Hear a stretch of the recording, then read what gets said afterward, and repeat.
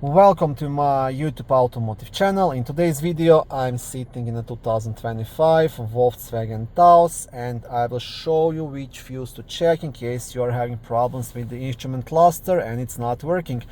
This video should apply to these vehicles made from 2022 all the way up to 2026 and possibly newer. Also, if this video was helpful, please consider supporting the channel by liking the videos, subscribing to the channel or becoming a channel member. Okay, now the fuse you want to check will be located in a small fuse box which is under the steering wheel. So I turn on the flash on my phone.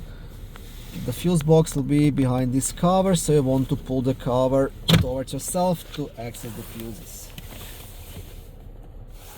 And the fuse you want to check will be this small 7.5 amp fuse located right here.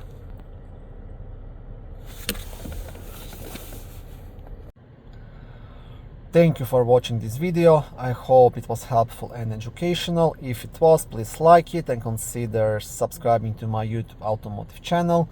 On my channel there is lots of how-to videos, do-it-yourself videos, car reviews, product reviews and other similar automotive topics.